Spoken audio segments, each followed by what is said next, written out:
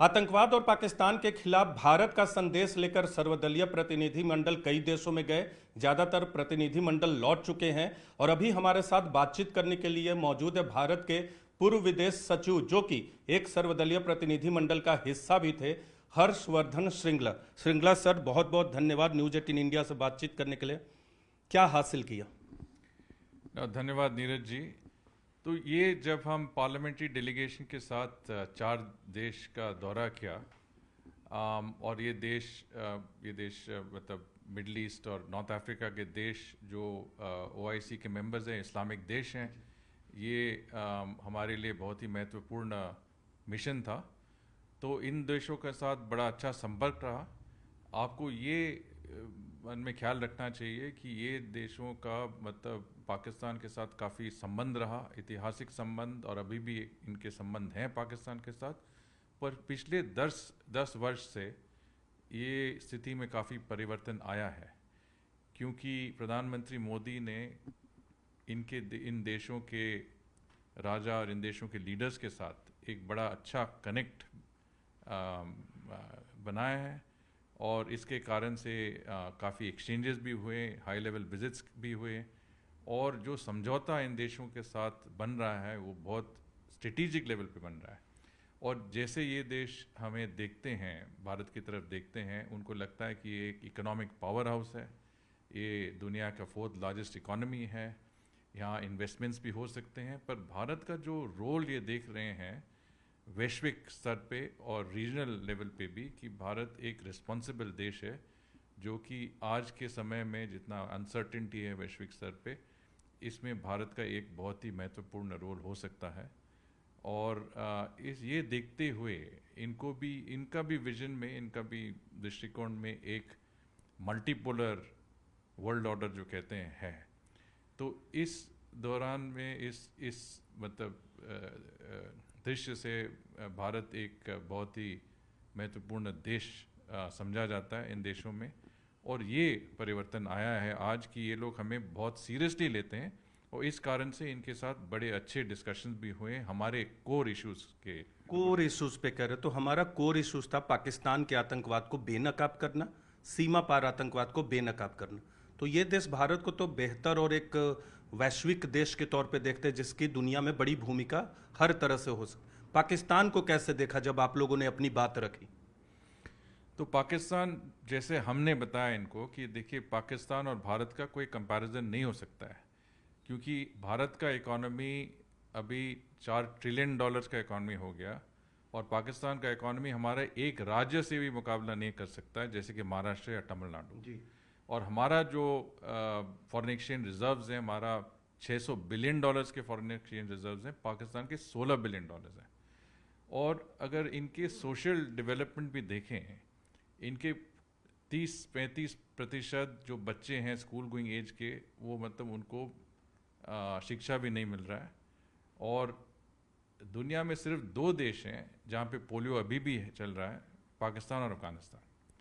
तो आप समझ सकते हैं कि इनके बजट से जो लोगों के हित में पैसा जाना चाहिए, जैसे कि हेल्थ केयर में, जैसे कि शिक्षा में, वो नहीं जा रहा है पैसा। मतलब डिफेंस के पास जा रहा है, सिक्योरिटी एजेंसीज के पास जा रहा है, और आतंकवादी ऑर्गेनाइजेशंस के पास जा रहा है। तो ये भी हमने साफ साफ हमने अपने जो सरकारों के साथ, शासनों के साथ हमने बात की, तो इनको हमने सीधी तरह इनको बताया कि ये मतलब स्थिति है पाकिस्तान का। इनको भी वैसे पता है, और इनको भी पता है कि भारत का क्या पॉलिसी है, क्या नीति है, कि अगर आतंकवादी हमला हो तो हमारा मतलब रिस्पांस भी बहुत ही, हमारा जवाब मुंह तोड़ रहेगा, और जो हम कहते हैं एक बड़ा फर्म रिस्पांस रहेगा। तो ये संदेश उनको अच्छी तरह हमने कम्युनिकेट कर दिया है भारत की तरफ से। तो ये संदेश कम्युनिकेट कर दिया, लेकिन पाकिस्तान जो है यूएनएससी में तालिबान प्रतिबंध समिति का चेयर बन जाता है। इसके अलावा जो आतंकवाद रोधी कमेटी है उसका उपाध्यक्ष बन जाता है। तो ये भारत के लिए एक मैसेज है, भारत जो जिस तरह से पाकिस्तान को आतंकवाद के मसले पे बेनकाब करने की कोशिश कर रहा है, यूएनएससी में पाकिस्तान ये दोनों पोस्ट हासिल कर लेता है, ये भारत के लिए झटके के तौर पे देखते हैं आप लोग? जो मेरा इसका मतलब अंडरस्टैंडिंग है, जो मैं जानता हूँ इसके बारे में, जितने भी जो नॉन परमानेंट मेंबर्स होते हैं, परमानेंट मेंबर्स तो जैसे कि यूएसए, रशिया, चाइना, फ्रांस और यूके हो गया, जो नॉन परमानेंट मेंबर्स होते हैं जो कि मतलब इलेक्शन से रोटेशन के बेसिस पे आते हैं, तो वो उनको कई कमिटीज़ दिया जाता है। और इनमें से ये जो आपने बताया, ये काउंटर टेररिज्म कमेटी और ये सैंक्शंस कमेटी का भी चेयर बनते हैं, तो किसी ने कोई ना कोई कमेटी तो इनको भी देना है। तो इनको इस एक दो कमिटीज़ मिले, जैसे कि तालिबान सैंक्शंस कमेटी जो कि तालिबान के ऊपर नज़र रखते हैं, और काउंटर टेररिज्म कमेटी के उप अध्यक्ष बने हैं जैसे आपने बताया। और काउंटर टेररिज्म कमेटी का अध्यक्ष तो अल्जीरिया है। जब हम अल्जीरिया गए थे तो अल्जीरिया ने हमें बहुत ही अच्छी तरह बताया कि भारत एक हमारे लिए एक ट्रस्टेड पार्टनर है जी। और हम टेररिज्म के मामले पे हमारा काफ़ी अनुभव है, खुद का अनुभव है, तो हम इसमें बहुत ही शक्तिशाली मतलब दिशा से दिखते हैं। और तीसरा इन्होंने कहा कि अगर भविष्य में भारत के खिलाफ आतंकवादी हमला हो तो हम आपके साथ रहेंगे।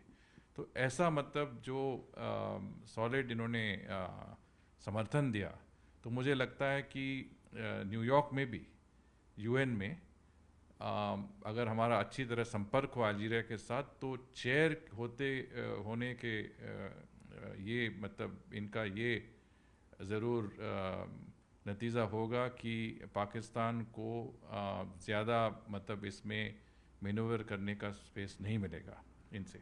यानी आप कह रहे कि जो आतंकवाद के खिलाफ लड़ाई है दुनिया में या यूएनएससी के स्तर पर भी, पाकिस्तान के वाइस चेयरमैन बनने के बावजूद आतंकवाद रोधी कमेटी का भारत की लड़ाई पे उसका कोई असर नहीं होगा, क्योंकि अल्जीरिया अपने साथ है। बिल्कुल। और हमारे काफ़ी और भी मतलब जो पार्टनर्स हैं यूएन सिक्योरिटी काउंसिल में, उनसे भी मतलब हमारी संपर्क ज़रूर रहेगी कूटनीतिक तौर पे।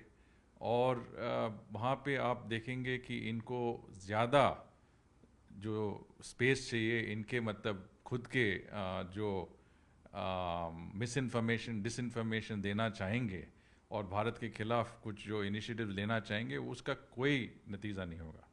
सर, एक तो हो गया कि सर्व मल्टी पार्टी डेलीगेशन गया, उसने अपनी बात पॉलिटिकल तौर पे रखी। दूसरा, आतंकवादी इंफ्रास्ट्रक्चर पे सेना ने जो कार्रवाई की। लेकिन आप भारत के विदेश सचिव भी रहे हैं, डिप्लोमेसी को बेहतर तरीके से जानते हैं, और जब इस तरह के मसले होते हैं तो डिप्लोमेसी का रोल बहुत होता है। इन सारे प्रतिनिधि मंडल के बाद डिप्लोमेटिक लड़ाई कितनी आसान हो जाएगी हमारी डिप्लोमेसी के लिए, हमारे विदेश मंत्रालय के लिए, भारत के लिए, दुनिया के अलग अलग देशों में, यूएन में? जो हमने देखा है और जिन देशों में हम गए थे, वहाँ से एक फिर जो फीडबैक हमें मिला वो है कि पॉलिटिकल लेवल पे, राजनीतिक लेवल पे एक्सचेंजेस मतलब रेगुलरली होने चाहिए। उन्होंने कहा कि आप तो आ गए हैं, वो तो बहुत अच्छा है, ठीक है। कि आप हमारे देश में स्पेशली आए, उसके लिए हम बहुत बहुत आपको धन्यवाद देते हैं, क्योंकि इन देशों में ज़्यादातर डेलीगेशन जाते नहीं हैं, और जब जाते हैं तो कुछ स्पेसिफिक मुद्दे पे जाते हैं। हम भी एक स्पेसिफिक मुद्दे पे ही गए, पर उन्होंने कहा ये ऐसा पार्लियामेंट्री डेलीगेशन ज़्यादातर आते नहीं है हमारे यहाँ, और ये रेगुलर होना चाहिए जी। एक मतलब स्टैंड अलोन नहीं होना चाहिए, मतलब भविष्य में भी डेलीगेशंस आते रहें और हमारी तरफ से भी आपके यहाँ जाते रहें।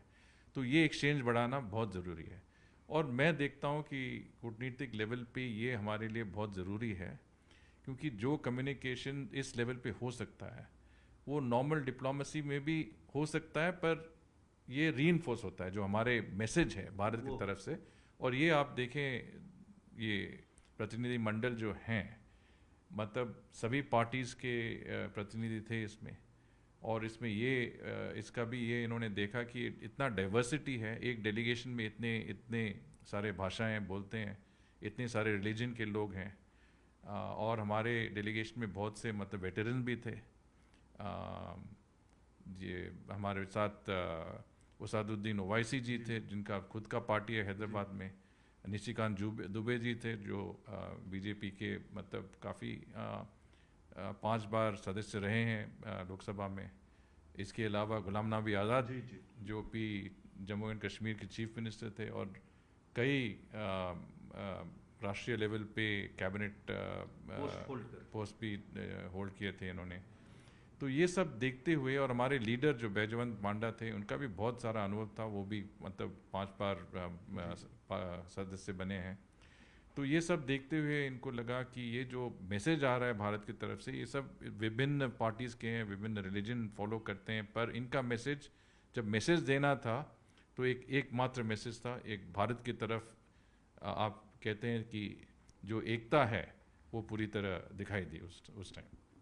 ये पाकिस्तान का भी डेलीगेशन अलग अलग देशों में पहुंच रहा है, यूएन में पहुंचा, कैसे देखते हैं वो जो काउंटर कर रहे हैं भारत को अपने डेलीगेशन के जरिए, उसका उन्हें फ़ायदा होगा? हमारा जो मकसद था उसमें वो रोड़ा अटकाने में सफल हो पाएंगे या हम कोई भी रोड़ा नहीं अटका पाएंगे? पाकिस्तान का अंतर्राष्ट्रीय तौर पे क्रेडिबिलिटी बहुत कम है। पॉलिटिकल डेलीगेशन अगर जाएं, सबको पता है कि इलेक्टेड रिप्रेजेंटेटिव तो नहीं है, और जिसके पास मतलब पावर है वो इनके पास तो नहीं है, मतलब ये तो आर्मी के पास है। तो ये सिर्फ आर्मी के बिहाफ में अब बात कर रहे हैं, और जो मतलब स्थिति है पाकिस्तान में, डेमोक्रेसी का जो स्थिति है, वो देखते हुए मेरे ख्याल से ज़्यादातर जो इनका संदेश है लोग सीरियसली नहीं लेंगे, और अंतर्राष्ट्रीय तौर पे ये पूरी तरह महसूस होगा कि ये मतलब इनका क्रेडिबिलिटी बहुत कम है अंतर्राष्ट्रीय लेवल पे। क्रेडिबिलिटी कम है। एक अंतिम सवाल आपसे करूंगा, पाकिस्तान आतंकवाद को बढ़ावा देने से मानता नहीं भारत के खिलाफ, क्या क्या करने की ज़रूरत है? FATF से में भी वो बाहर निकल गया, उसको IMF से लोन्स भी मिल रहे हैं, अलग अलग दूसरी जगहों से भी लोन्स मिल रहे हैं, आतंकवाद को वो लगातार पनाह दे रहा है, क्या करने की ज़रूरत है और आगे क्या करना चाहिए? जितने मतलब तरीके से दबाव हो सकता है अंतर्राष्ट्रीय समाज के तरफ से, वो होना चाहिए पाकिस्तान के ऊपर। पाकिस्तान को FATF की ग्रे लिस्ट में फिर लाना चाहिए, और जैसे लोन्स जाते हैं पाकिस्तान को, IMF के लोन, वर्ल्ड बैंक के लोन, इसमें सब कंडीशन होना चाहिए कि ये अगर आपको किसी आतंकवादी ऑर्गेनाइजेशन को आप सपोर्ट करें या कोई ऐसे आतंकवादी हमला हो, तो ऐसे लोन भी कट जाएंगे भविष्य में। और ऐसे ऑर्गेनाइजेशन जैसे OIC है, Organisation of Islamic Countries, Gulf Cooperation Council है, UN सिक्योरिटी काउंसिल है, FATF है, इसमें जितने भी इन बॉडीज़ के सदस्य हैं, उनको हमने हमारे डेलीगेशन जाके उनके साथ संपर्क किया, ब्रीफ किया, और फर्स्ट हैंड उनको सूचना दी हमारी तरफ से। तो इसका भी असर ज़रूर पड़ेगा। जो हमें फीडबैक मिल रहा है, जो 4 देशों में हम गए थे, तो इनफॉर्मल लेवल पे सब कहते हैं कि आपका मैसेज एक बहुत ही अच्छा मैसेज था, एक बहुत ही मतलब सख्त तरह से आपने मैसेज दिया, क्लियर मैसेज दिया, और इसका ज़रूर असर पड़ेगा कि ये डिटरेंस रहेगा। डिटरेंस मतलब भविष्य में ये लोग 2-3 बार सोचेंगे फिर आतंकवादी हमला करने के पहले, क्योंकि हमें पूरी तरह पता है कि आतंकवाद हमला पाकिस्तान की तरफ से नहीं हो सकता है जब तक पाकिस्तान का शासन और पाकिस्तान के मिलिट्री ने ग्रीन सिग्नल नहीं दिया।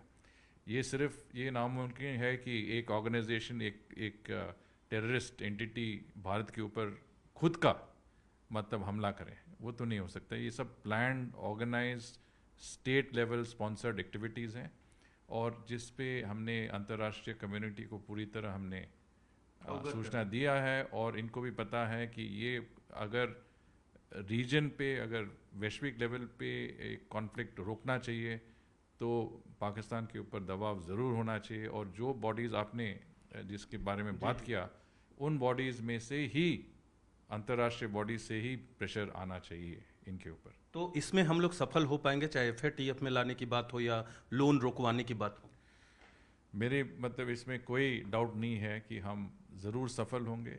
जो हमारा संदेश है, जो हम दुनिया को कहते हैं, दुनिया ने भी सुन लिया हमारे मतलब जो बात है, और ज़रूर हम सफल होंगे कि अंतर्राष्ट्रीय कम्युनिटी के लेवल से पाकिस्तान के ऊपर दबाव होगा, और पाकिस्तान ये रिसीविंग एंड पे आएगा कि आतंकवादी जो इनका जो पॉलिसी है आतंकवाद को चलाने भारत के खिलाफ, वो सफल नहीं होगा।